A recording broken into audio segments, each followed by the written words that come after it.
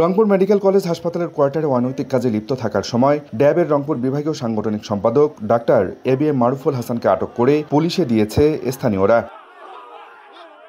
প্রত্যক্ষদর্শীরা জানায়, মঙ্গলবার দুপুরে হাসপাতালের চিকিৎসকদের ব্যবহৃত একটি কোয়ার্টারে এক নারীসহ সন্দেহভাজন অবস্থায় পাওয়া যায় ডাক্তার মারুফকে।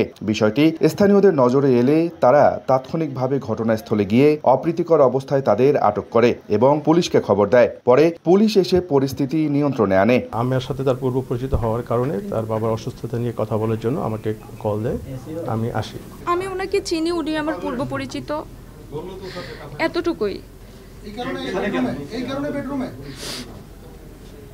অবশ্যই একজন মেয়ে শুধু মানে একজনের সাথে পূর্ব পরিচিত থাকলেই আসে না রুমে, এটা বুঝতে হবে। পুলিশ ও রমেক কর্তৃপক্ষ বলছে, আটককৃতদের বিরুদ্ধে আইন অনুযায়ী ব্যবস্থা নেওয়া হবে। বাইরে থেকে তালা মারা ছিল, হয়তো পাশের ডাক্তারও তার সাথে জড়িত।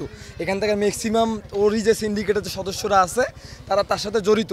আমরা প্রথমে শুরুতে তাকে জিজ্ঞেস করছিলাম যে এখানে কি আপনাদের রুমে বা আশেপাশে কেউ, মানে পাশের রুমে কেউ ঢুকছে কিনা। তখন উনি বলছে না, এই রুমটা পরিত্যক্ত বিল্ডিং। তো ভিতরে ঢোকার পরে, টান দিয়ে ঢোকার পরে আমরা দেখি মারুফ সেটা দেখে আমাদের কাছে ধরে একদম জড়াই পল্টায় ধরে আমাদেরকে বলতেছে, আমরা তোমার সাথে কথা বলবো। আমরা ক্যামেরা অল টাইম ওপেন রাখছিলাম। সে আমাদেরকে টাকারও অফার করছিল। সে বলছিল কোটি টাকা নাও। আপনারা জানেন যে একটা আবাসিক এলাকা, এটা সে একজন, মানে এখানে তার নামে বরাদ্দ নাই বাড়িটা। সে এখানকার কোনো, সে এই বাড়িটি তার কলেজের, সেই কলেজের বাড়িতে সে বিভিন্ন সময় আমরা অবগত হয়েছি, সে বিভিন্ন সময় বিভিন্ন অনৈতিক কার্যক্রম করে, মাদক, নারী, এবং তার যে সিন্ডিকেট, তার যে মেডিকেল সিন্ডিকেট, এই সিন্ডিকেটকে খুশি করা, তারপরে সেই সিন্ডিকেটের লোকদেরকে খুশি করার জন্য সে এখানে একটা আড্ডা বসায়। বেশ কিছু লোকজন দেখতে পাই, তারা জানায় যে এখানে দুজন অনৈতিক কার্যে তারা স্থানীয় লোকজন আটক করছে।